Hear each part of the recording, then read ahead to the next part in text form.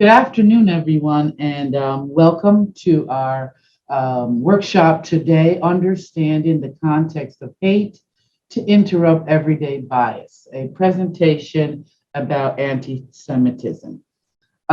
This program is in collaboration with a great group of people across campus, the Office of Jewish Life, Hillel, the Greenberg Center, and Public Safety. Our goal is to educate our campus community about anti-Semitism and bias. This is yet for us another step in promoting our values here at UHeart of tolerance, respect, and most importantly, inclusion. Following today's presentation, we will be hosting two sessions, if Lisa could get to that slide for me, two follow-up conversations that will be led. One will be for students, led by Lisa Langser on October 29th, noon to 1. And then one will be led by Dr. Regina Miller, which on October 29th. The one for students is November 1st, my apology, and for faculty and staff, November 29th. You will see in UNotes, or you can go ahead and utilize the information that's on the screen. Without any further ado, I want to introduce our guest facilitator for today. It's Vlad Khaykin. Vlad, again, serves as National Director of Programs on Antisemitism at the Anti-Defamation League. He wants us to be short, but he's a pretty, passionate gentleman about this subject matter. He's an advocate, he's a great communicator, and I think you're going to be thoroughly informed about what we can do here at UHeart. We will gain some new information, and then again, some tools. Following our presentation, we will be posting resources that will continue to aid us here on campus with this work. Thank you, Vlad. The floor is all yours. All right, thank you very much. Thanks to all the organizers of this program. Thanks to all of you who are here in attendance to learn about this important subject. My gratitude to you. And thank you for keeping that bio short. We have a lot to cover, and I really just want to jump right in. So I have a presentation for you today that I'm going to share. I'm going to share my screen now. One second. And all right, hopefully y'all can see that. So first of all, a little bit about the organization that I work for, the Anti-Defamation League, or ADL. We are one of the oldest civil rights and anti-extremism organizations in the country. We were founded in 1913 with a two-part mission right from the beginning. The first is to fight anti-Semitism and stop the defamation of the Jewish people. And the second is to secure justice and fair treatment for all. Now, those are really two parts of the same whole. Our founders, in their wisdom, understood that the best way to secure the rights of the Jewish community is really to secure the rights of all people. And you can't do one without the other, because our fates are inextricably intertwined. I serve as the National Director of Programs on Anti-Semitism at ADL, and the work that I do is very deeply personal. I am a former refugee from state-sponsored anti-Semitism in my birthplace, the Soviet Union. The Jews were really treated as second or maybe even third class citizens in the United States. Everybody on their ID had their ethnic identity written. If you were so unfortunate as to have Jew written on your identity card, as opposed to Russian or Ukrainian or something like that, you would face employment discrimination, housing discrimination, educational discrimination. At all levels of society, you often faced violence. On the other hand, we weren't allowed to leave. We were prisoners in our own state, and it took a movement called the Soviet Jewry movement that was an international movement of people who advocating for our rights. It involved people in the United States and around the world, both within the Jewish community, but crucially also allies outside of the Jewish community. So I want to dedicate my talk today to those coalitions, right? The coalitions that have really advanced human and civil rights in this country and around the world. So before we talk about anti-Semitism, I want to talk about whom it targets, which is the Jewish people. Now, just a few things to understand about who Jews are, right? Jews are not a race, but are multiracial. We come in all different colors and shapes, different backgrounds. We speak many different languages and so on. Jews are more than just a religious group. We're an ethno group with a religion that is specific to our group, right? And we're scattered all over the globe, right? Broken up into different communities, Mizrahi Jews, Sephardi, Ashkenazi, Beta Israel Jews. But we all consider ourselves to be one people, one global family that is ultimately indigenous to the Levant or the Near East, right? What is today Israel, Palestine. And in contemporary Jewish life, Jewish identity is still very closely linked to that identity, to that homeland in the Near East. So in terms of the impact of anti-Semitism on the Jewish people throughout the ages, they are many, and they range from psychological and economic harm to social isolation, discrimination, ghettoization, dispossession, disenfranchisement, ethnic cleansing, interpersonal violence, as well as genocide. And when I talk about genocide, I don't only mean the Holocaust. There have been numerous attempted genocides of the Jewish people over the centuries. Now, when we talk about anti-Semitism, we're talking really about a global phenomenon, right? In fact, a number of years ago, we conducted the first of its kind survey of anti-Semitic attitudes around the world, looking at what do people believe about who Jews are and what we stand for, and et cetera. And what we found was that over a quarter of the world's population is deeply, deeply infected with anti-Semitic ideas.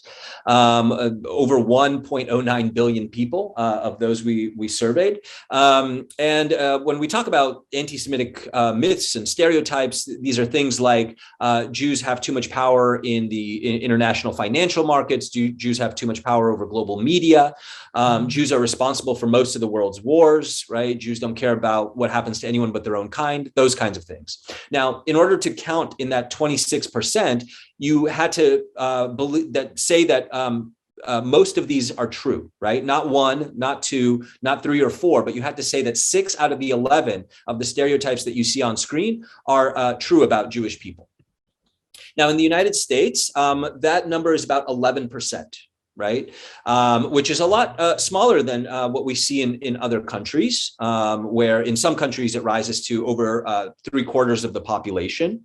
But when we're talking about a country of hundreds of millions, 11% is still millions and millions and millions of people, right? And that's quite scary.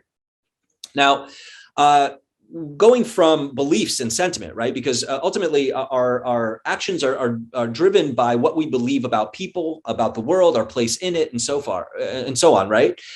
So when we move from ideas and sentiment to actions, right? We want to look at at hate crimes, right? Acts of violence against Jewish people. Now, Jews are just 2% of the US population. If you had to guess, what percent of hate crimes target Jews? Right, so I'll just give you a second to ponder that. So when we look at the category of anti-religious hate crimes, that is people who are targeted for their religious beliefs or their perceived beliefs, Jews account for roughly 60% of hate crime targets in this category. Right. Now, that's obviously more than every other religious group combined. Right. And it has more or less always been the case since the FBI started tracking hate crimes, that Jews have always accounted for a majority of the targets of anti-religious hate crimes. Right. Despite the fact that we're only 2% of the American population. Now, when we look across all categories of hate crime, that is people being targeted for their race, religion, sexual orientation, gender identity, disability, national origin, etc., Jews, who account for only 2% of the American population, are 13% of hate crime victims overall. In other words, Jews are overrepresented among targets of hate crime by a factor of more than 6x relative to our share of the population. At ADL, we also keep our own statistics, tracking anti-Semitic incidents across the country, and we release an annual report about this, right? And as you can see, since around 2014, the number of anti-Semitic incidents has increased quite dramatically, right? From 751 in 2013 to over 2,100 in 2019, which was actually the highest numbers that we've ever seen since we began tracking this decades ago, right? Now, we saw a slight dip in 2020, which is the latest figures we have, but that was still the third highest number on record. In other words, we are currently in the midst of record high anti-Semitic incidents in this country. So in order to combat anti-Semitism, you need to understand what it is. Right? You cannot combat that which you cannot define. So let's start with a basic definition. But before we do that, I want to just caution that that definitions are fraught, right? They should be viewed as sort of guidelines that can be helpful to understand a phenomenon, but no single definition can ever be comprehensive, and no single definition should be viewed as sort of authoritative and covering all the different manifestations of this phenomenon called anti-Semitism. So, anti-Semitism can be understood as a psychosocial phenomenon, a form of prejudice, and a system of oppression directed towards Jews as individuals and as a group. Anti-Semitism is based on stereotypes and myths that target Jews as a people, Jewish religious practices and beliefs, Jewish institutions, and the Jewish state of Israel. Now, when we talk about these myths and stereotypes that target Jewish people, there are many. Right? Anti-Semitism is a phenomenon with thousands of years of history, and every form of bigotry builds on the bigotry that came before it, right? So anti-Semitism is something that has been developing and snowballing for literally millennia, and all kinds of different myths and stereotypes have developed over the course of that period. But they can be more or less categorized in a number of different myths or tropes categories, right? So the first is deicide. This is an ancient idea that says that Jews are responsible for murdering Jesus Christ, right? Deicide literally means the murder of God. And now you can imagine that in the Christian world, right, the charge that Jews are responsible for killing Jesus Christ, who's the embodiment of God, God's presence on earth. He's the embodiment of all that is good and holy and just and fair. That is going to create a lot of resentment and hatred towards this group of people. And indeed, we know that this notion has incited mass violence against Jewish communities for centuries. Next is another ancient trope or myth called the blood libel. Now, this notion is that Jews basically use the blood of non-Jews, usually the blood of Christian children, in various rituals and ceremonies. But it can have many different forms, right? It can be a literal interpretation, right? The Jews literally drink blood and perform human sacrifices and things like that. But it can also be figurative, right? The notion that Jews are parasitic; they subsist on the bodies of others. They subsist on the body politic, the national body, right, etc. Next is the notion of Jewish disloyalty. This is one of the most prevalent anti-Semitic stereotypes in the world, according to our research. The notion that Jews cannot be trusted to be loyal citizens of the countries where they live, that ultimately their loyalties lie somewhere else, either to broader Jewish interests, global interests, to the state of Israel. Essentially, that Jews are a sort of fifth column, right? They live amongst us. They might even look like us, but really they're not of us, and they're not loyal to us. And they might harm us, right? They have some kind of their interests are contrary to ours, that of our nation, that of our group, that of our social movement, etc. Related to that is a category about all kinds of ideas about Jewish dishonesty, right? The Jews are deceitful, duplicitous, manipulative, two-faced, that they are not who they say they are, that they don't intend what they say, right? That there's always some kind of ulterior motive behind what they say and do, right? All sorts of different notions that sort of cast aspersions on, Jewish honesty and forthrightness.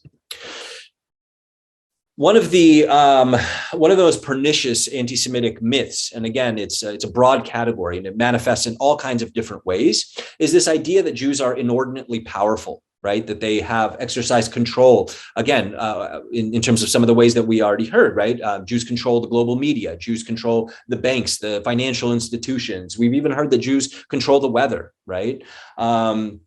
So all kinds of notions about Jewish power and control and the various conspiracy theories that develop as a result of that.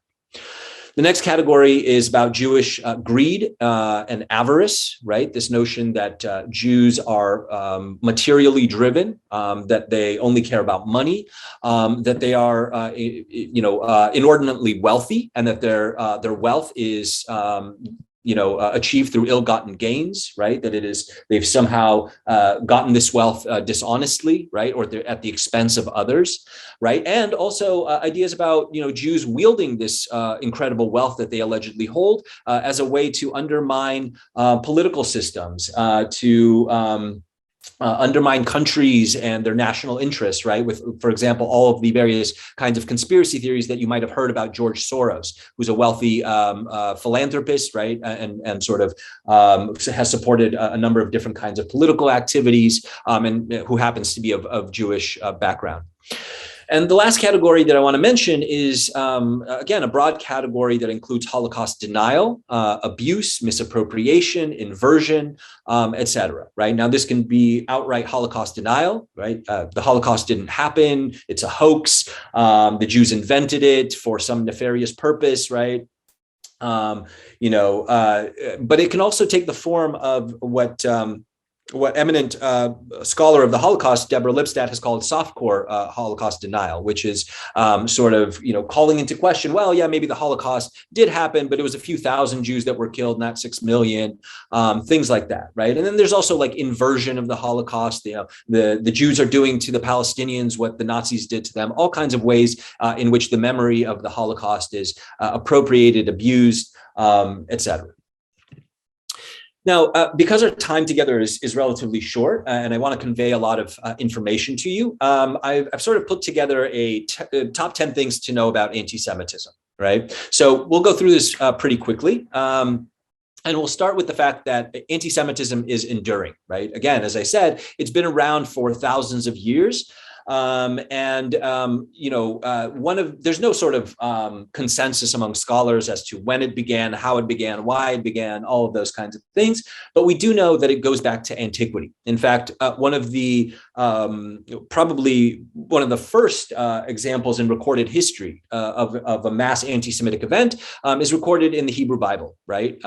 You all are familiar with the story of the Exodus, right? When the Jews were placed into bondage in the land of Egypt. Well, it's described in the Hebrew Bible as such. There's a new Pharaoh that comes to power, right? And he says, the people of Israel have become too numerous among us. If there should befall Egypt any war, they will join with our enemies and rise up against us, right? Again, so here's this notion about Jewish disloyalty, right? The Jews are a fifth column. They live amongst us, but they're going to do us harm. If there's going to be a war, they're going to be traitors. They're going to betray us. They're going to join with our enemies, right?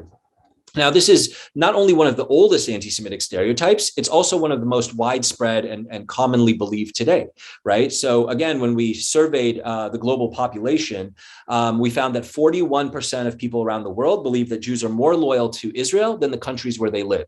Right. And in the United States, nearly 1/4 of the population believes that Jews are more loyal to Israel than they are to the United States. Now, you can imagine how that is going to impact, for example, somebody like Bernie Sanders, who's an openly Jewish man, right? Everybody knows he's a Jewish senator running for the presidency, right? Well, if 1/4 of the electorate believes that a Jewish person cannot be trusted to put American interests first, you can already understand how that's going to make it difficult for a Jewish person to achieve certain degrees of political power, right? Now, part of the reason why anti-Semitism is so enduring is because it's able to adapt, right, to different eras, to different the zeitgeist of different eras, to different political trends, social trends, etc. Right, so it sort of functions like a chameleon, right? It's not one thing, but it will tend to take the form that reflects the particular milieu, the zeitgeist, or the worldview among which it emerges. right? In other words, it will tend to take the form that carries the greatest currency in situ, right? That which is going to be most powerful is the form that anti-Semitism will take. Now, as a result of this, right, the fact that it sort of shapeshifts, what anti-Semitism will often appear paradoxical or even contradictory. Right. So, for example, on the one hand, Jews have been blamed for the failures of capitalism, and on the other hand, have been blamed for bringing socialism and forcing socialism on different nations. On the one hand, Jews have been blamed for being too pacifistic, for being unwilling to defend their nation, and on the other hand, for being militaristic, bloodthirsty warmongers, right? Things like that. On the one hand, Jews are blamed for being too nationalistic, right? And on the other hand, for being unpatriotic, for being rootless cosmopolitans, right? So in one context, Jews will be blamed as racists and ethnic supremacists. And in another context, they'll be blamed for promoting multiculturalism, right? Jews will be blamed for being too insular, for sticking to their own kind, quote unquote. And on the other hand, they'll be blamed for being a threat to racial purity through assimilation, miscegenation, race mixing, and that sort of thing. And of course, as we've heard, Jews have been told to go back to Israel-Palestine on the one hand when they're in the diaspora. And when they do go back to Israel-Palestine, they're told, get out of Israel-Palestine, right? So it really depends on your perspective. Anti-Semitism is a sort of one-size-fits-all bigotry, right? It will tend to take the form that is going to be most appeal to the people within the particular context within which it arises. Number 4, anti-Semitism is not merely a sort of prejudice or racial animus. Anti-Semitism often manifests as a conspiracy theory, right? And most often it is a conspiracy theory, again, to do something to do with Jews being inordinately powerful, right? Almost supernaturally powerful, being in control, and not just being in control, right? This isn't about, Jews control the world and they're doing a stand-up job, right? It's always has to do with ideas about Jews being responsible for suffering in the world, injustice, inequality, for wars, for violence, etc., right?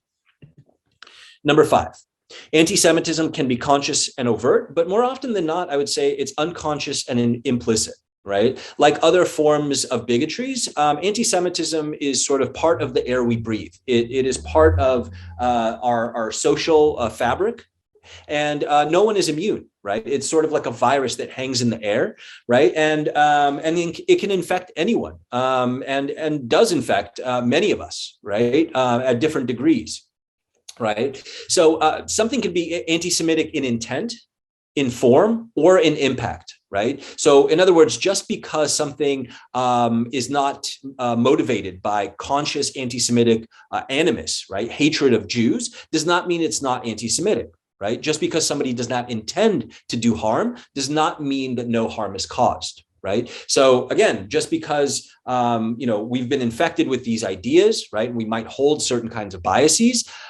That's not our fault. It's part of the society that we live in. However, we do have a responsibility to critically analyze what kind of ideas we've internalized about Jews and other people, and to try to dismantle that, right, to challenge those ideas within ourselves, within our friend groups, within our peer groups, our society, right, and crucially, not to spread this contagion to others. Number 7, anti-Semitism is a racialized bigotry, right? Just as Jews are not merely a religious group, neither is anti-Semitism merely a sort of anti-religious prejudice, right? Anti-Semitism is racialized. The Jew of the anti-Semitic imagination is constructed not only as a religious other, but also as a racial other, right? As a biological other. And that biological otherness is attributed with racial characteristics that are both physical, right, in terms of the way Jews look, but also in terms of their character, right? How they show up in their world, what they're about, what their politics are like, what their morality is like, right? And you can see this, for example, in the image I have in the middle on the bottom there, right? You have this sort of typical European sort of phenotype, this face that has typical European characteristics, right? And you see above the eye is written sincere, right? And then you have what is a sort of stereotypical Jewish face, right? And above the eye is written deceitful, right? In other words, racial theory said that you can study physical attributes of a group and to understand how they actually operate societally, right? And that was true for Jews as well. Now, this sort of racialized, biologized form of anti-Semitism offers to Jews no possibility to escape their condition through conversion. It's not as if you can become Christian and then everything's good, you won't face any anti-Semitism. If you know the history of the Inquisition, for example, you know that history well. If you study the Holocaust, you also understand that the Nazis didn't go around asking people, well, what do you believe? What kind of God do you worship, right? If you had any Jewish ancestry, right? If you had even one Jewish grandparent, you were sent to the death camps, right? So it's not really just about religion. It's about a racialized understanding of who Jews are. These are out of order, I just realized. Okay, apologies for that. So anti-Semitism is often political, right? Sometimes we will hear people say like, well, I'm not being anti-Semitic, these are just my political views. Well, and the truth of that is, that anti-Semitism has always showed up as a sort of political ideology, and it's often been wielded for centuries as a sort of as a political tool, right? Across the entire political spectrum, both on the left and the right and everywhere in between. The most sort of notorious example of that, again, is, of course, the Nazis, right, who used anti-Semitism as a political tool to great effect, right, to rally the nation around a common enemy, to scapegoat Jews for the failures or the suffering of the German people, the failures of the state, right, economic woes, right, the reason that Germany got into World War I, right, the Jews pushed us into the war, the reason that they lost World War I, right, the Jews undermined the war effort, all those kinds of things. And it continues to be used in these ways up until the present moment. Many of you saw during the January 6th assault on the U.S. Capitol, right, that many people, as you see in the picture there on the right, had all kinds of anti-Semitic slogans on their signs, on their T-shirts, sweatshirts that they were wearing. For example, this individual with the beard is wearing a sweatshirt that says Camp Auschwitz, right, etc. Now, it's important to also say that the fight against anti-Semitism should never be politicized. We oftentimes see this kind of partisan political football that happens, right, where people will suggest that the real problem with anti-Semitism is over there on the right. No, the problem is over there on the left. They're the real anti-Semites. And the truth is, again, it's everywhere, right? Nobody is immune, and it'll tend to show up in the way that makes sense. On the left, it'll look one way, as we've seen. On the right, it'll look a different way. But ultimately, anti-Semitism is everywhere, and it's incumbent upon us to fight it wherever we have the greatest influence, right? In our own social circles, in our own political groups and movements, rather than just pointing over there somewhere. Because if you're saying that the real problem with anti-Semitism is over there with those people, what you're actually saying is that it's somebody else's problem, and we can't afford that. Number 8, anti-Semitism is lethal. Right? It's not merely something that just hurts Jewish feelings, right? It is a threat to Jewish lives. And that's always been the case, right? Certainly we can talk about the Holocaust, right? Which was the deadliest act of anti-Semitic deadliest event in history where it comes to anti-Semitism. 6 million Jews were murdered, but it's always been lethal, right? We can go back to antiquity when mass anti-Jewish riots swept across Alexandria, Egypt, right? And we can talk about it when the same kinds of anti-Jewish violence swept across Eastern Europe in the late 1800s, which was partially responsible for bringing many Jews here to the United States. They were fleeing mass violence, what were called pogroms, right? Thousands of Jews were murdered. In fact, scholars say that between the 1880s and 1920s, there were somewhere between 100 and 200,000 Jews that were murdered in these acts of mass violence. Now, this is decades before we even get to the Holocaust, right? But we also don't need to go, overseas, right? Here in the United States, you had incidents like the lynching of Leo Frank, right? Who was a Jewish man who was accused of raping and killing this Christian girl, again, in a sort of overtures to the blood libel. And they, broke into his jail cell. A group of angry mob broke into his jail cell, brought him to a clearing in the forest, and lynched him. And shortly thereafter, a number of people that were involved in this event, including a number of law enforcement officials, rode to a place that still exists today called Stone Mountain in Georgia, and it's the largest Confederate monument in the United States. Carved giant, relief carved into the side of a mountain, and it was on that spot that the modern Ku Klux Klan was founded, right? And of course, we also can look in our own time with the Pittsburgh Tree of Life synagogue shooting, right, which is the deadliest act of anti-Semitic mass violence in U.S. history. Number 9, anti-Semitism isn't really about Jews. Right, which sounds really strange to say, but although it targets the Jewish community as its primary target, it's not really about Jews. It's a construct of the non-Jewish imagination, right? It's conceived, practiced, and propagated by non-Jews, not exclusively, but overwhelmingly. Right. And the Jew of the anti-Semitic imagination is a caricature, right? It's a fantasy.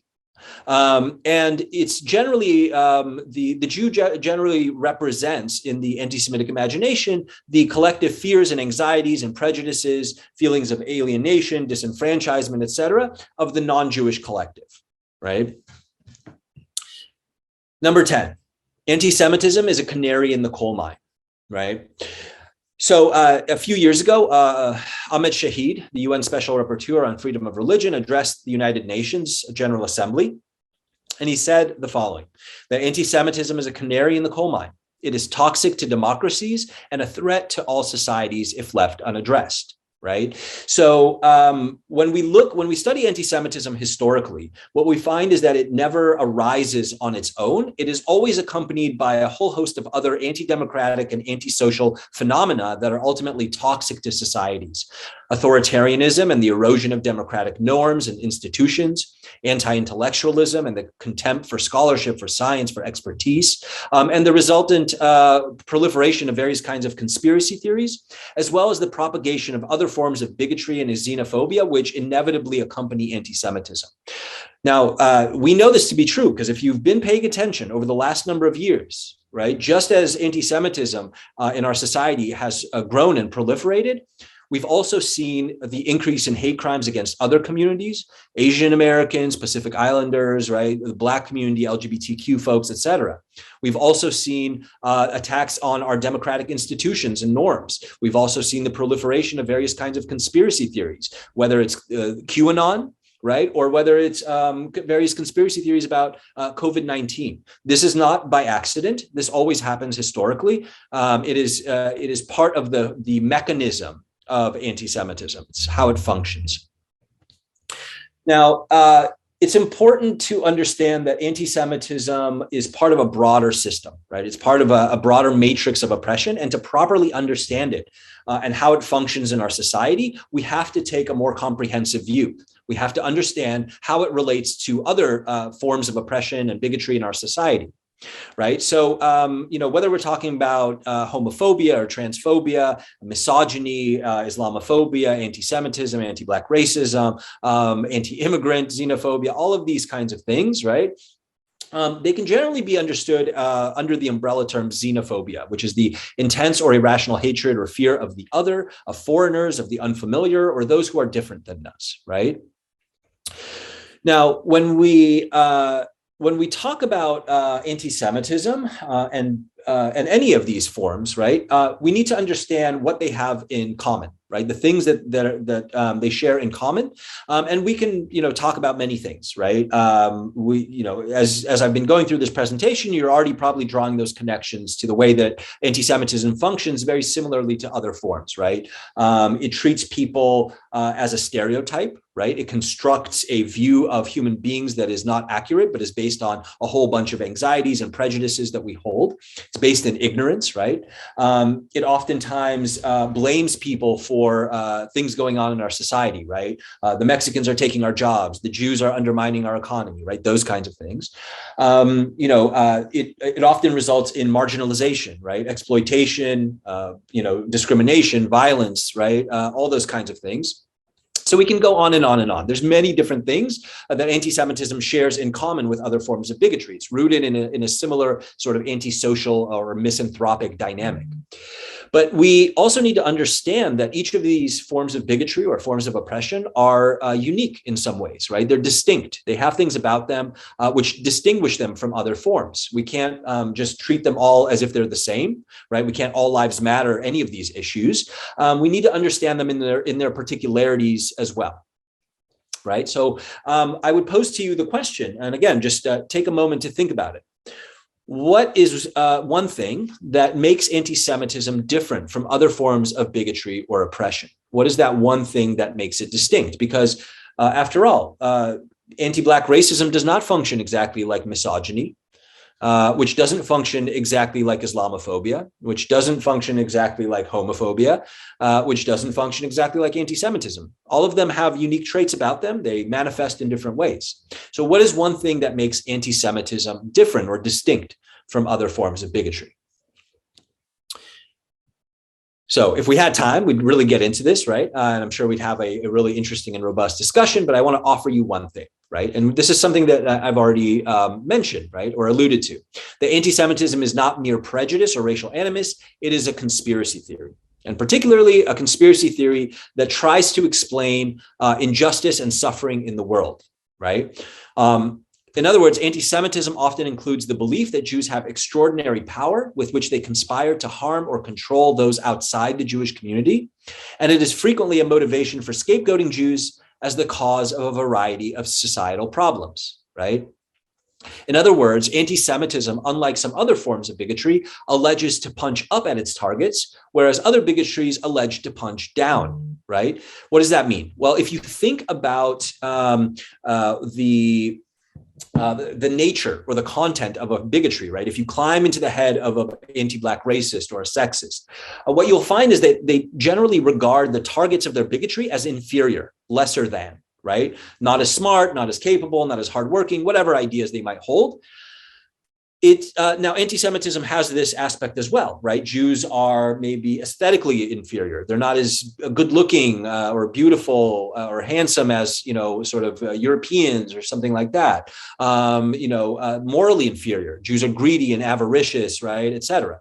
But where it comes to how the anti-Semite believes Jews show up in the world, right? They believe Jews to be inordinately powerful, right? Again, supernaturally powerful. And so, and as a result of that, you can blame Jews for just about anything. So on the right, you see a white supremacist meme, right? Which basically blames Jews for everything from profiting off the cancer industry, pornography, right? Perversion of the courts, sex trafficking, wars, all kinds of things.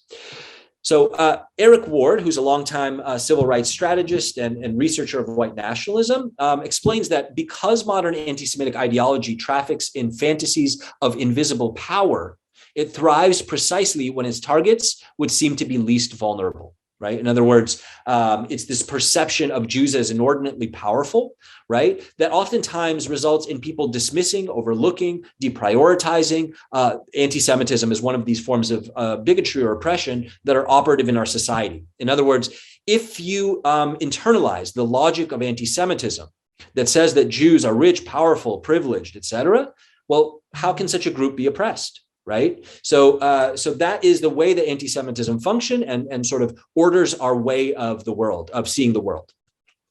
So it's a conspiracy theory, and conspiracy theories are not just absurd, right? We've seen how dangerous they can be, right? Over the last number of years, various kinds of QAnon conspiracy theories, Pizzagate, COVID-19 has really put many communities in danger, has undermined our ability to keep our country safe from a deadly pandemic, et cetera, right? These things have really serious ramifications, even if many of them seem completely absurd, like Marjorie Taylor Greene, the congresswoman, suggesting that Jews have a space laser, right, that they're using to set forest fires and things like that, right? Totally absurd, but, really actually quite dangerous. Now, as I said, anti-Semitism is something that, can be found in many different ideological sectors, different, political sort of ideologies.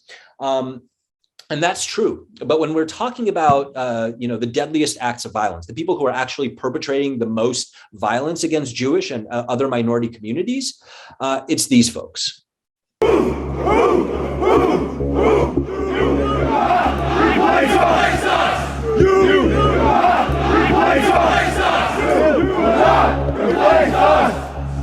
Jews will not replace us! Jews will not replace us! Jews will not replace us! Blood and soil! Blood and soil! Blood and soil! Blood and soil! Right. So that was a clip from Charlottesville, right, which was the largest. It was the Unite the Right rally in Charlottesville from a few years ago. And it was the largest gathering of white supremacists in the country in decades. Right. They came from all over the United States. I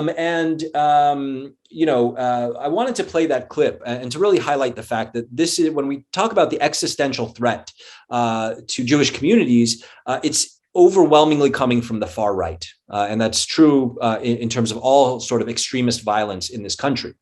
In fact, when we look at over the last decade or so, 3/4 of extremism-related violence in this country has been perpetrated by the far right.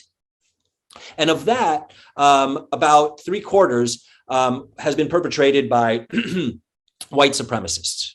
Right. So today, white supremacists pose the greatest threat of extremist violence in the country. And that's something that we've been at ADL have been shouting for a long, long time. And over the last couple of years, many law enforcement agencies, the FBI, Homeland Security, others have really confirmed this, right, that this is where the greatest threat is coming from. And these people have been quite busy, right, spreading their propaganda, trying to grow their political power. Like any ideological movement, the white supremacist and white nationalist movements come to power on the acceptance of their ideas, right? And those ideas are spread through propaganda. And our team at the Center on Extremism at ADL tracks on a daily basis, tracks white supremacists and other extremists. And as you can see here, they've been quite busy spreading their propaganda. As we heard there, we heard a number of slogans that they were chanting, right? Some of them are basically anglicized versions of old Nazi slogans, right? They were chanting "blood and soil," for example, which is "Blut und Boden," the old Nazi slogan. But they were also chanting something else, right? Which is "Jews will not replace us." Now, ostensibly, the Unite the Right rally was organized in order to protect the Robert E. Lee Confederate statue that some people wanted to take down, right? Because it was a celebration of racism and white supremacy. Now, if that's the case, what do the Jews have to do with it, right? And what did "Jews will not replace us" mean? What did they mean by that chant?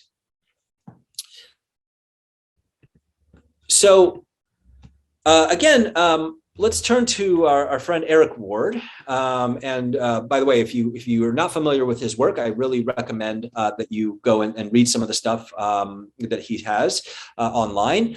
And he explains the role that anti-Semitism plays as the center of the white supremacist ideology and the white nationalist movement, the core, right? He says, what is the arch nemesis of the white race, whose inevitable impositions, whose machinations have prevented the natural and inevitable imposition of white supremacy? It is, of course, the Jews. The Jews function for today's white nationalists, as they often have for anti-Semites throughout the centuries, as the demons stirring an otherwise changing and heterogeneous pot of lesser evils, right? So what does he mean by that? Well, he goes on to explain further. Anti-Semitism is the fuel that white nationalist ideology uses to power its anti-Black racism, its contempt for other people of color, its xenophobia, as well as the misogyny and other forms of hatred that it holds dear.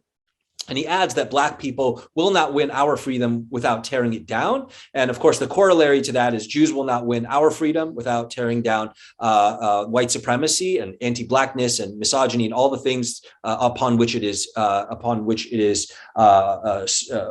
based, right? So essentially, what he's saying is that for white supremacists, the Jew is sort of the the sort of the great evil, right, from which all other evils sort of are derived, right? All of the racial problems that they have, et cetera, are ultimately go back to the Jews. Now, when they were chanting "Jews will not replace us," they were describing a central pillar of the white supremacist or white nationalist ideology, contemporary white nationalist ideology, known as the Great Replacement Theory, right? Which basically says that Jews are engaged in a white genocide, in a genocide against white people.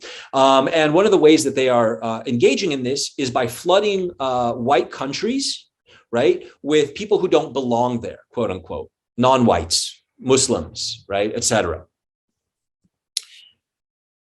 So when you study white supremacists and you listen to what they're talking about, right, they say this over and over and over and over again, right? All enemies should be combined into one enemy, which is the Jews. This is pretty much objectively true. If we didn't have the Jews, we could figure out how to deal with non-whites. Same deal with women. Women should be attacked, but there should always be mention that if it wasn't for the Jews, they would be acting, quote unquote, normally, right? The Jews should always be the beginning and the end of every problem, from poverty to poor family dynamics to war to the destruction of the rainforest. Now, this is a quote from Andrew Anglin, who's the founder of one of the most popular white supremacist sites on the internet called The Daily Stormer, named after the Nazi publication Der Stürmer. Or put more plainly, Jews are enemy number one. Jews are the virus. People of color, homosexuals, they are the symptoms. This is a quote from a member of Atomwaffen, which is considered one of the most violent and dangerous white supremacist terror groups in the country. And when you look at the visual culture of the white nationalist and white supremacist movements, when you follow them online, as we do, you see this represented in many different ways, right? So here, for example, is the nexus between anti-Semitism and Islamophobia, right? So you have this evil Jew driving a sword through the heart of Europe, in this case, through the heart of France, right? And the sword says Islam. In other words, as it says on the right, you have a Muslim problem because you have a Jew problem. Right. So here you see, again, the intersection of anti-Semitism, white supremacy, and misogyny, right, which always go hand in hand. Right. Feminists deserve the rope. Right. Women would be acting normally if it wasn't for the Jews. Right. On the left, you see this evil Jew, right, saddling this hardworking white man with all of this tax debt, and he's taking all of his hard-earned money and passing it out to all of these people who don't deserve it, right? People of color, LGBTQ folks, right, et cetera. Right. So again, the intersection of anti-Black racism and white supremacy, right? The Jews are forcing the Blacks on us. Right. They're forcing Black culture on us through their control of the media. Right. They're perverting us with this degenerate, rap music and all this kind of stuff. Right. They're forcing, social justice warriors, these Black Lives Matter, et cetera, strangling Lady Liberty. Right. It's all the Jews directing people of color, because, of course, people of color can't possibly organize themselves, right? This comes out of their sort of understanding of history, right? It was the organization of coalitions between the Black community, the Jewish community, and others that dismantled the legalized form of white supremacy in this country known as Jim Crow, right? And from that, they learned that certainly it's not that the Black people could have possibly defeated the great white race on their own through the brilliance of their organizing abilities, right? People like Bayard Rustin and other Dr. King, right? People who were brilliant organizers. It couldn't have been that, because the Black inferior folks could never possibly defeat the great white race. It had to be something else. It had to be, they had help from an invisible hand. And who is that invisible hand? It's the very, very powerful Jews. So you can go on and on and on in this. Here's the nexus between anti-Semitism and homophobia and transphobia, right? This idea that Jews are pushing, homosexuality on people, right? Sexual perversion and all these kinds of things. Now, it's important to understand that, just as the white supremacists, right, they target all of our communities. As you've seen, all of these forms of bigotry are inextricably interrelated. And the lessons that we should be drawing from that, right? Because our fates are intertwined, because all these things are interdependent, right? Because they endanger all of our communities.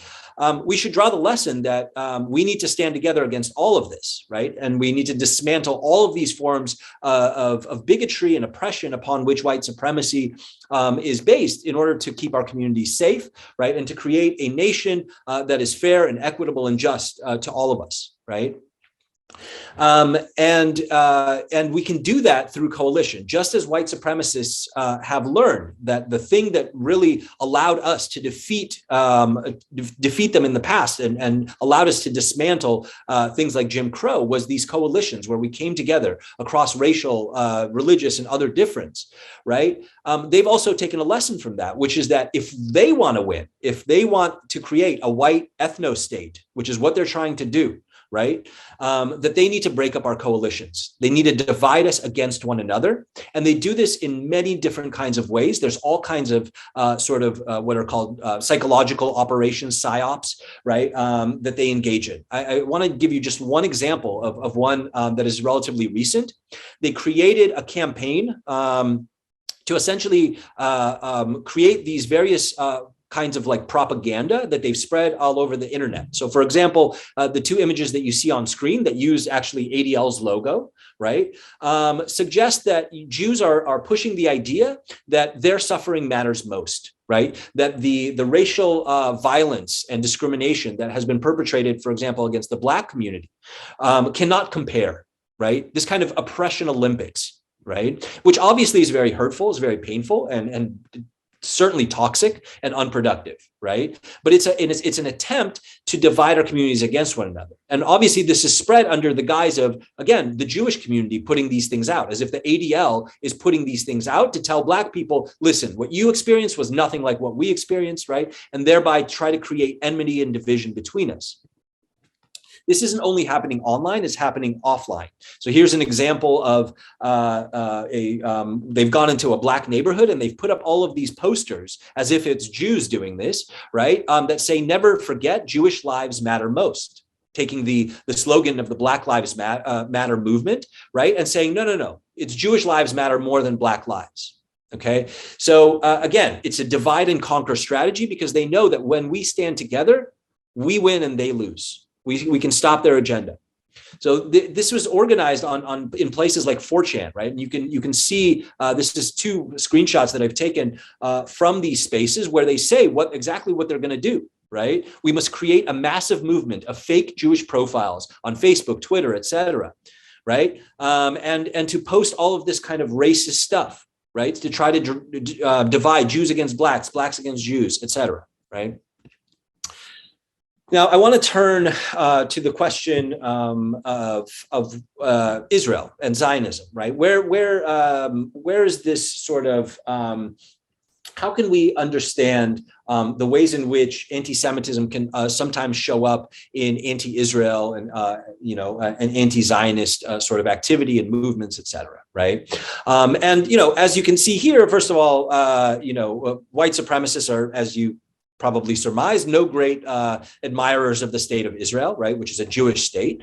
So certainly this notion that you will sometimes hear that Zionism is white supremacy is actually an inversion of the truth, right? You've already heard the ways in which anti-Semitism can sort of adapt and find fertile soil in different ideological and political sectors, right? Sometimes very different ideologies, sometimes even opposing ideologies can sort of adopt the same kinds of anti-Semitic ideas. So here's an example of how that happens, right? So here's a tweet from David Duke. By the way, he's been banned from Twitter at this point, but I was able to capture this screenshot before he was booted, where he tweets a quote from Minister Louis Farrakhan, right, who's a Black man, right? David Duke is the former head of the Klan, right, and a violently anti-Black organization. But he says that he agrees with Louis Farrakhan in what? Ask any Jew, even your son-in-law, right? He's talking to Donald Trump here. America is never first. Israel is always first, right? So again, this is the notion that Jews are more loyal to Israel than they are to the United States and other countries where they live. This is an idea that you will find on the political left, on the political right, in different ideological and political movements and spaces. These things will show up.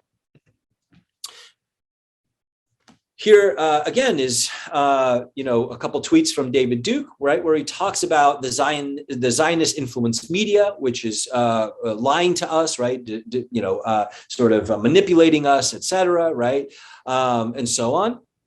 And it's important to understand that, like, this idea of anti-Zionism is really quite widespread in the white supremacist movement, right?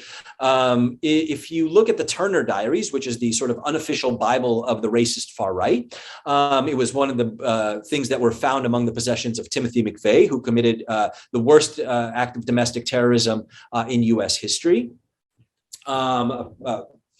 He had this book among his possessions, and this book, the Turner Diaries, in its final chapters, it concludes with a genocidal fantasy about dropping a nuclear bomb on Israel. Right. So here's a direct quote from that text. Within a week, the throat of every last Jewish survivor in the last kibbutz and in the last smoking ruin in Tel Aviv had been cut.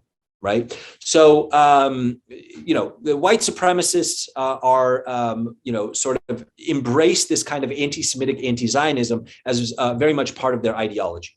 So how do we disentangle all of this stuff? Because, of course, it needs to be said that criticizing Israel, like any other state in the world, is not outright anti-Semitic, is not inherently anti-Semitic, right? Israel should be criticized for its policies, right? Just like any state. Right, there should be a robust debate about anything that it does, any of its policies, et cetera. Right. So how do we try to disentangle and understand where are the contours that between sort of critical political speech and where it crosses the line into anti-Semitism? The most widely embraced framework or definition of anti-Semitism is something called the IHRA, Working Definition of Anti-Semitism. The International Holocaust Remembrance Alliance definition of anti-Semitism, and it is something that has been embraced by dozens of governments around the world, including our own State Department, as well as many NGOs, universities, et cetera.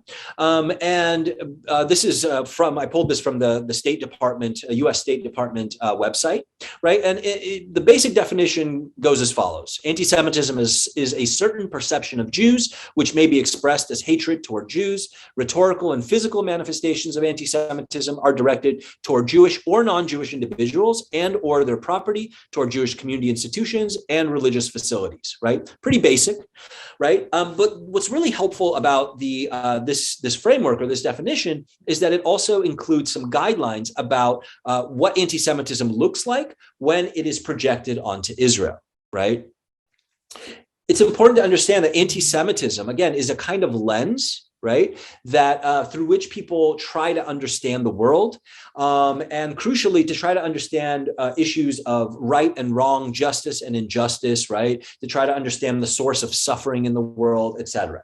And so like other forms, it's sort of anything can be viewed through an anti-Semitic lens, whether that's domestic, criminal justice issues, whether it's issues about economic inequality and gentrification, or whether it's geopolitical issues like the Israeli-Palestinian conflict.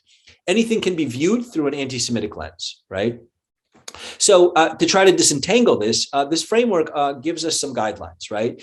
Something is anti-Semitic even when it uses language around Israel and Zionism, when it demonizes Israel using the symbols and images associated with classic anti-Semitism to characterize Israel or Israelis, right? Drawing comparisons of contemporary Israeli policy to that of the Nazis, right?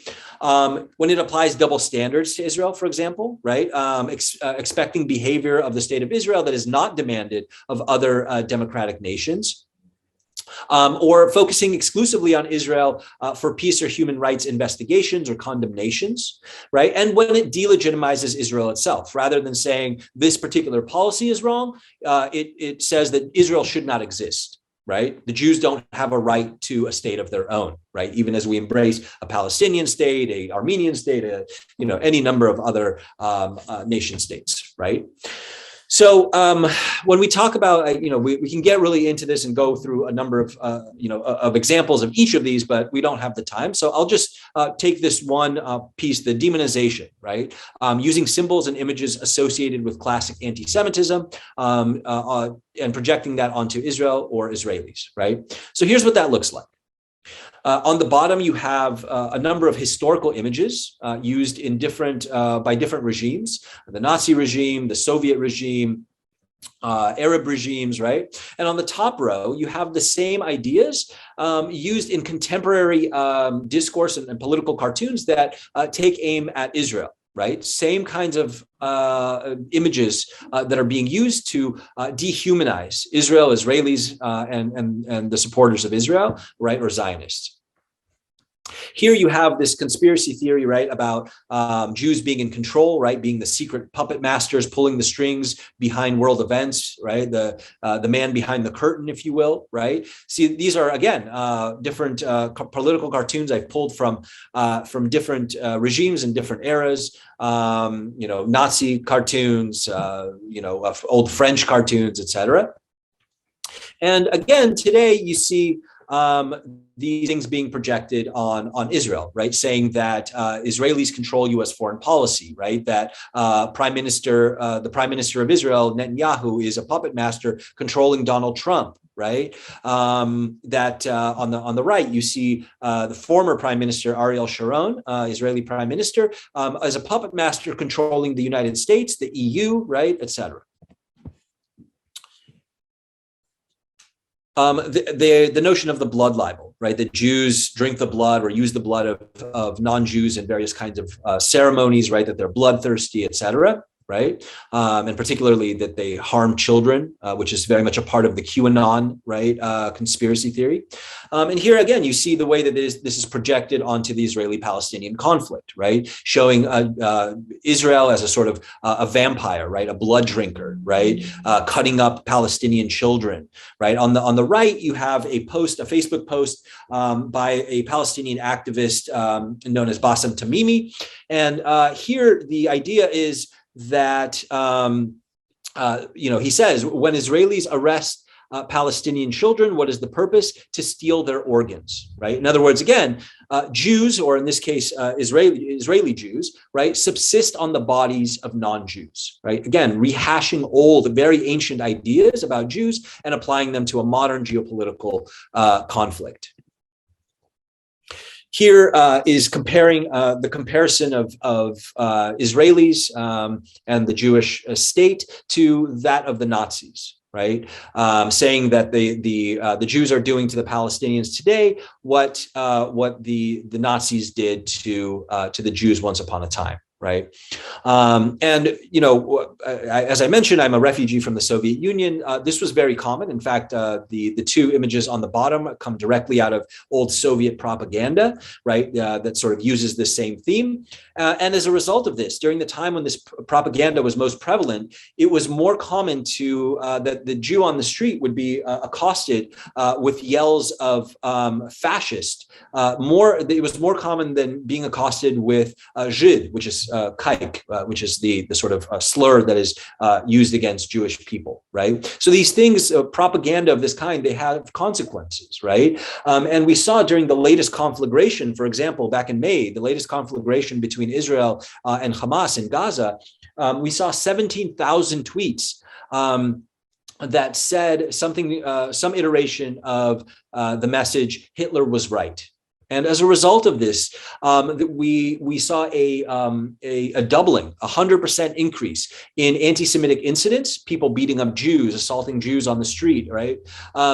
A doubling of these kinds of incidents over that same period, the prior year when there was no conflict, right? Because we know that geopolitical issues, conflicts, things going on in the world that are, sort of based in various kinds of tensions among different states and things like that, they will often result in attacks on minority communities, right? So we saw this, of course, also with Asian Americans, right, who have seen a spike in hate crimes against their community as a result of our former president's fear-mongering around the COVID-19 pandemic and linking it directly to Asian people, right, and specifically to the government of China, calling it the China virus. Those kind of words have impact because they communicate ideas, and human behavior is based on what we believe about others, about the world, our place in it, right and wrong, and the source of suffering, right?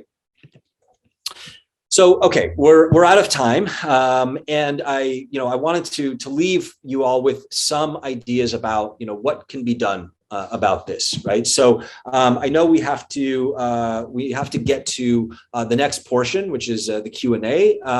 So I'll just maybe leave this on screen rather than reading through all of this. Just avail yourself of the resources that you see on screen. Really the thing I want to emphasize most is that to fight anti-Semitism, we need allies, right? And indeed, to defeat white supremacy, to defeat the racism, the extremism, the systems of oppression that are targeting all of our communities, we really need to come together, right? Because as you've seen, the forces that want to target us, that want to undermine our rights, that want to physically attack us and do us harm, they are dependent upon us dividing against one another, right? And so if we're going to keep our communities safe, if we're going to secure our rights, we really need to form these kinds of coalitions. We really need to engage in solidarity with one another. All right, so I'm going to end my remarks there, and I'll just leave this on screen, I suppose, as we go to Q&A. And thank you so much for taking the time to be with us today.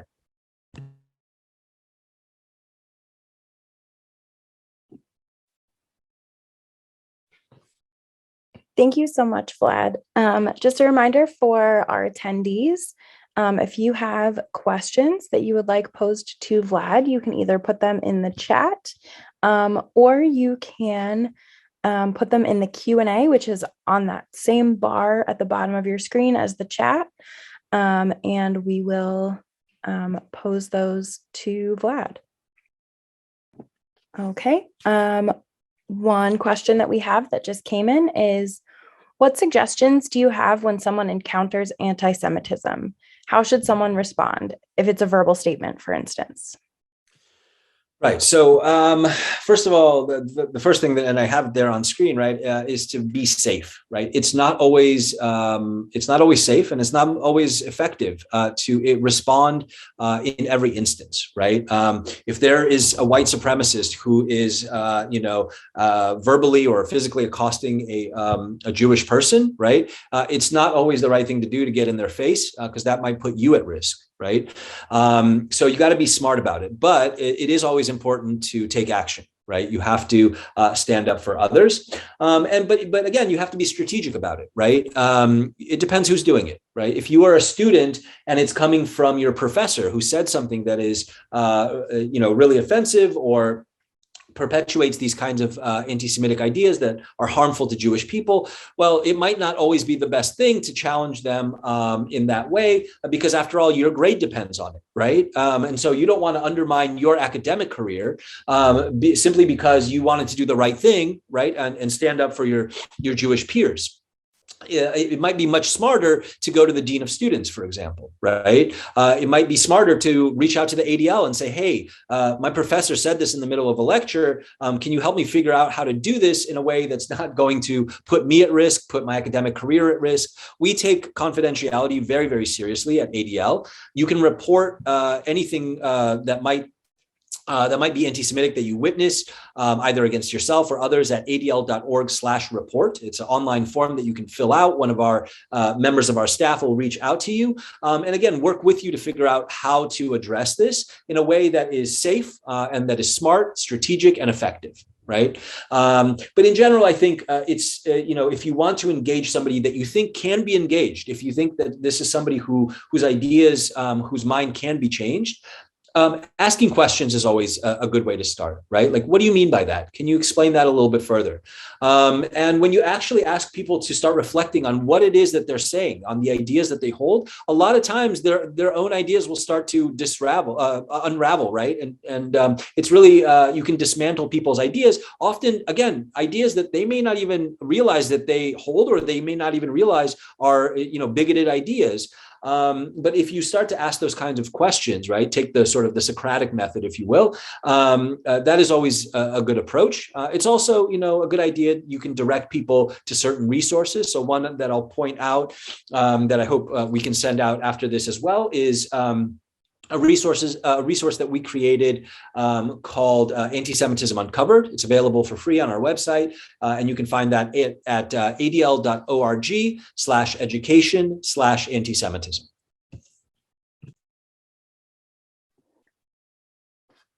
Great. I will do my best to go grab that and put that in the chat for everyone. While I'm doing that, we do have another question. What are the best practices for scheduling meetings or events that conflict with Jewish holidays? Is it anti-Semitic to hold a meeting on a Jewish holiday? Well, sometimes when we hear anti-Semitism, right, or even racism or something like that, a lot of time our mind goes automatically to like the worst cases, right? People who hate Jews, right, who want to harm them physically, who want to perpetrate violence against them, who want another Holocaust. That's not really sort of a realistic view of what anti-Semitism really is and how it shows up in our society. Anti-Semitism certainly can take those horrific forms, but the most common forms are sort of microaggressions, right? Lack of sensitivity, right? The failure to be inclusive, right? All of those are kind of like manifestations of anti-Jewish or anti-Semitic phenomena in our society. So certainly, if you are scheduling things without taking into consideration that there are Jewish, Muslim, Hindu, Buddhist, other folks that aren't part of the sort of Christian majority, right? Which is the default in our society, right? The holidays that people get off are Christian holidays, right? And that is necessarily going to be exclusive to Jewish folks. So, for example, on the face of it, it might seem neutral if you have a policy that, I don't care what kind of student you are, whether you're Christian, whether you're Jewish or Hindu or Muslim or whatever, nobody has, I will not give any exceptions. I will not allow anybody to, miss a quiz and then make it up later or turn in a paper at a different date, right? No exceptions. I don't care what your background is. On its face, it seems neutral. But when you actually look at how it impacts different communities, it's not neutral, is it? Because the default is, everybody gets Christian holidays off. And so if you're Christian, that's great for you. But if you're not, right, you're going to be marginalized. And it could undermine, again, your academic ability to succeed, right? Because if you're forced to miss a test because it's Yom Kippur, right? And you have to be in synagogue, you have to be fasting, you can't be doing work, including schoolwork, right? And you're not allowed to, any exemption, any ability to make that up or anything else, that causes actual harm to Jewish people. So, how can you make sure that doesn't happen? We actually at ADL we release every year a calendar of Jewish events, which don't always fall on the same days every year, right? Because it's a different calendar. It's not the Gregorian calendar. It works on a Hebrew calendar, which is a little bit different. So Jewish holidays are going to fall on a different day every year. But we release this resource and we give it free of charge to all schools, universities, colleges, etc. And you can just take a look at that, right? And make sure, to the degree possible that you don't schedule things on those dates. And where not possible, you can create some kind of exemption, right? You can, if it's a test, allow the student to take it on a different day, right?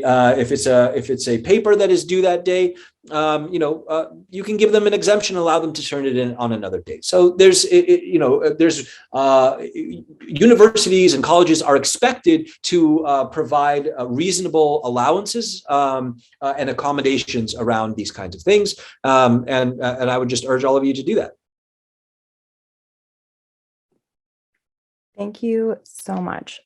We have a whole bunch of questions streaming in now. So I will try to get them in the order they came in. How do we have a conversation about the intersection of anti-Semitism and racism having commonalities? How do we get people to listen and hear without laying blame? This takes time. How do we start? Yeah, well, I think, I'm an educator, so I think everything starts with education. And I think, the truth of the matter is, we haven't done a great job in terms of educating people about anti-Semitism. People have a lot of misconceptions about what it is, right? For example, the notion that it's just an anti-religious bigotry, right? It's about, people not liking Jews because of, their religious ideas or practices or something like that. Ideas that, well, it's not a racialized form of bigotry. You're not targeted because of the way you look. Which is simply inaccurate, right? There's a lot of things that people sort of just miscomprehend about it, right? I can tell you, for example, myself, I've been accosted multiple times on the basis of how I look, right? And it wasn't because I wear a kippah or because I wear a Star of David or some other symbol that would identify me as Jewish. It's because of the way I look, right? Now, not all Jews look the same, right? But that's not really the point. Remember, anti-Semitism isn't really about Jews in the same way that racism isn't really about, Black folks and who they actually are. It's about a construct. It's a fantasy. It's about the non-Jewish or the non-Black people creating a fantasy about who Black folks are, who Jews are, et cetera, right? And so if you happen to be a Jewish person who looks stereotypically Jewish, in other words, your looks match the conception that non-Jews have about what Jews look like, you will indeed be accosted and sometimes assaulted, right, on the basis of your looks, right? Back in the Soviet Union, as I told you, everybody had to carry identity cards, and it included your ethnic identity, right? So Russian, Ukrainian, Jew, right? And because of that, you would face all kinds of discrimination. And so Jews tried to get out of that. We tried to forge papers. We tried to create identity cards that said, that we were Ukrainian or Russian or something like that, so we could try to escape, so we could try to pass as non-Jewish and escape the persecution and discrimination. But there was a sort of a bit of a dark humor that developed, and that is known by basically all Jews from the former Soviet Union, that goes like this. Бьют по морде, а не по паспорту, which means that no matter what your papers say, you will be assaulted on your face or on account of your face, not on account of your passport or your identity cards. Right.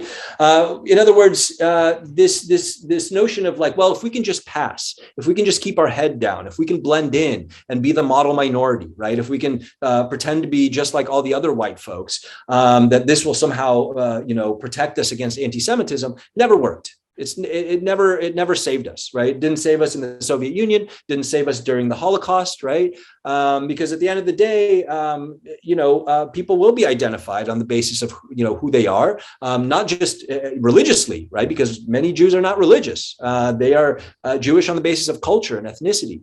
And so I think it starts there. I think it starts with people understanding what anti-Semitism actually is. And it's important in all of these discussions, racism, misogyny, homophobia, to center the voices that are actually targeted by these forms of bigotry, right? In conversations about anti-Semitism, you have to center Jewish voices, right? Jews are the ones that are actually the targets of this particular form of oppression.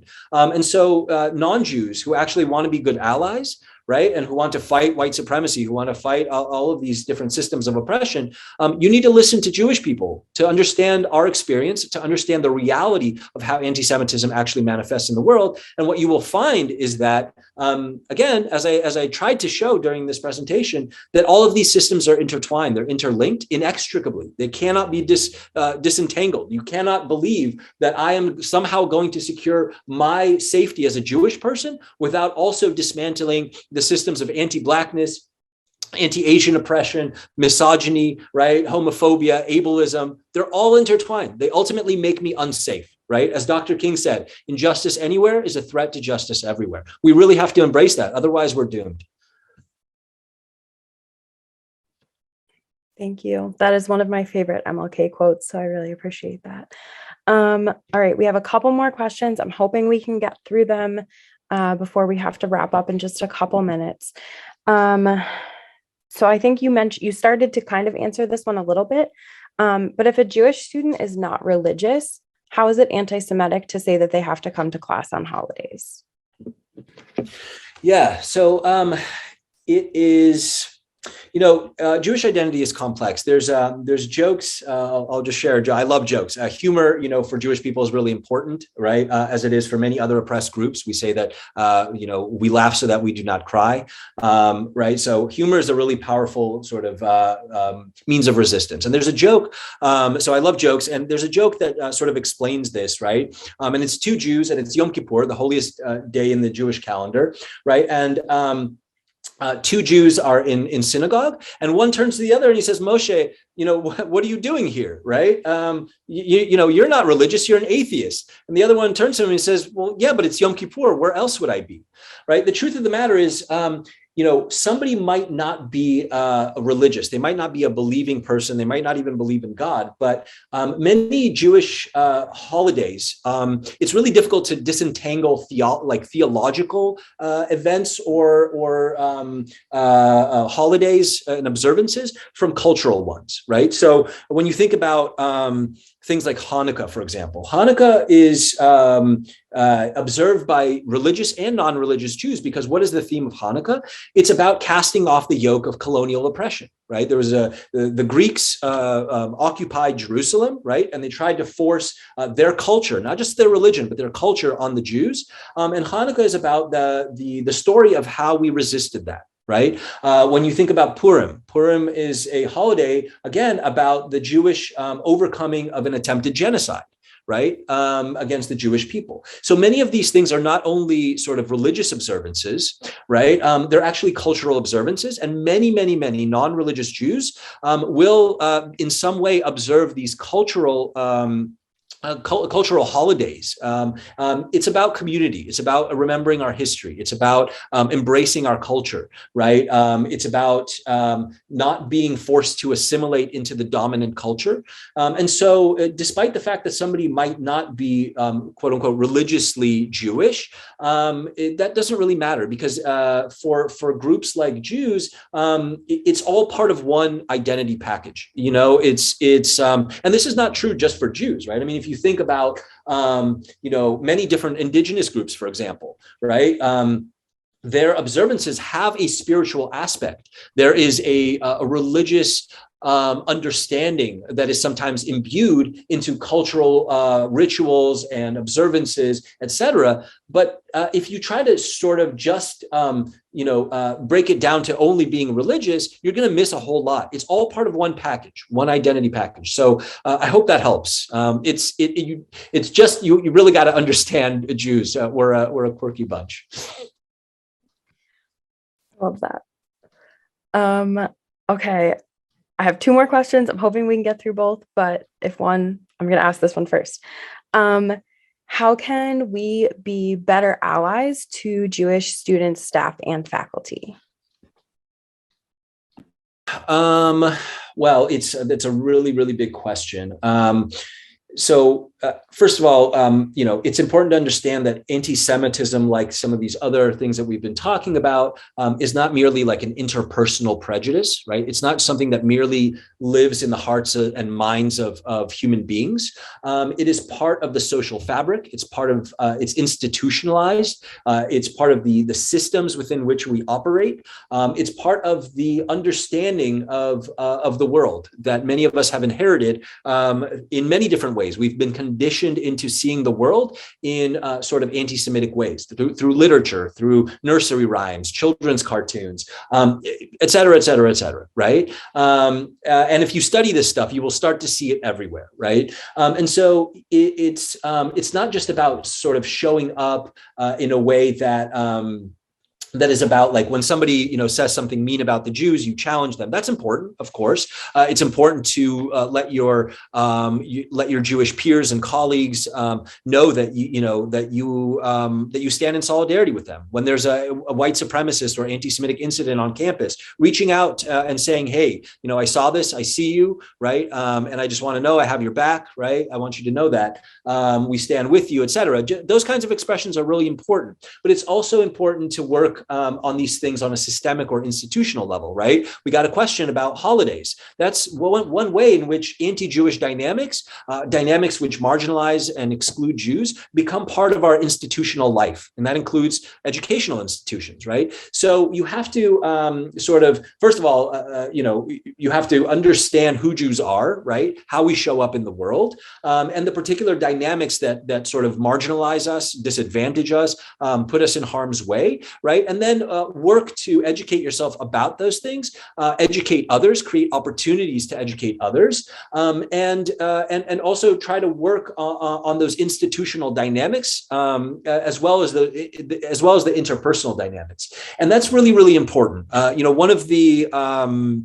One of the sort of anti-Semitic tropes that I identified is this notion of Jewish dishonesty, right, or duplicitousness. Unfortunately, when Jews talk about anti-Semitism, we will often not be believed, right? We will often be dismissed, spoken over. That's not anti-Semitism. Let me tell you what anti-Semitism is, right? Well, again, you have to center Jewish voices, right? And so it's really important that non-Jewish allies show up to try to address these dynamics, right, in places where Jews are going to be dismissed, talked over, and not believed, right? To say like, hey, wait a minute, I've observed this too. This is problematic, right? And you can draw those comparisons to the things that you yourself have experienced. All of us have various identities that have been attacked, marginalized, discriminated against, right? And if you can say, hey, I've experienced these same kinds of dynamics, right? So for example, Jewish people, Black folks, women, right? We will also oftentimes hear this notion that, hey, you're just pulling the racism card, you're pulling the anti-Semitism or sexism card, right? To try to X some kind of dishonest or nefarious kind of thing, right? That happens all the time with Jewish people. Like, oh, you're just using the charge of anti-Semitism because you want to cover up Israeli crimes or something like that, right?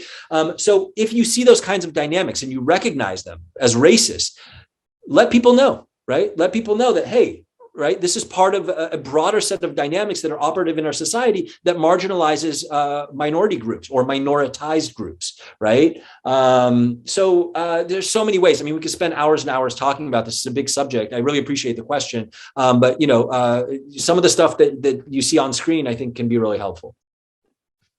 Absolutely. Thank you. I'm going to tell you what our last question was, and then I don't think we have time to answer it, but if you have any really great resources that relate to that, I can totally post them on our website. Sure. So the question was, how do we know when criticism of Israel borders on anti-Semitism? Yeah, okay, so we did cover that. Go to the IHRA definition. It's the International Holocaust Remembrance Alliance. You can find it online if you just Google that, and that's a really helpful resource, which you can really avail yourself of to try to understand those issues better. Awesome, thank you so much. And we did get a note from a faculty member who wanted to point out for student listeners that it is a university policy to always allow absences for religious holidays, and students can find the form by searching on the website. And while we know that it's a policy, we also acknowledge that some students may not feel comfortable asking based on everything that you've just shared with us, and potentially some comments that professors have made offhanded. And I just also got a note that apparently some faculty do deny those requests. Right. So the mention was asked to be made for our student listeners. So we let them know that. Chris, would you like to wrap us up? Sure. Thank you, Vlad, for a great and extremely informative workshop. As shared when I started We will be uploading the information shared by our guests today, along with some additional information. If you still have questions, again, we're going to be hosting 2 follow-up conversations, also led by 2 experts. For faculty and staff, Dr. Regina Miller on, I think that is October, let me get that right, October 29th from noon to 1. And for students on November 1st from noon to 1, Lisa Langzer will also be facilitating that session. I want to thank our partners over at Public Safety for joining with us. The information will also be posted on their website, and also Amy Weiss over at the Greenberg Center for being a partner, and Lisa Langzer. Again, thank you, Vlad, for a great presentation. We look forward to continue working with you. And I also hope our guests and participants found the information extremely informative and, set us on our way to learning some more. Again, thank you and have a great weekend, everyone. Thanks, everyone. Bye-bye. Thank you.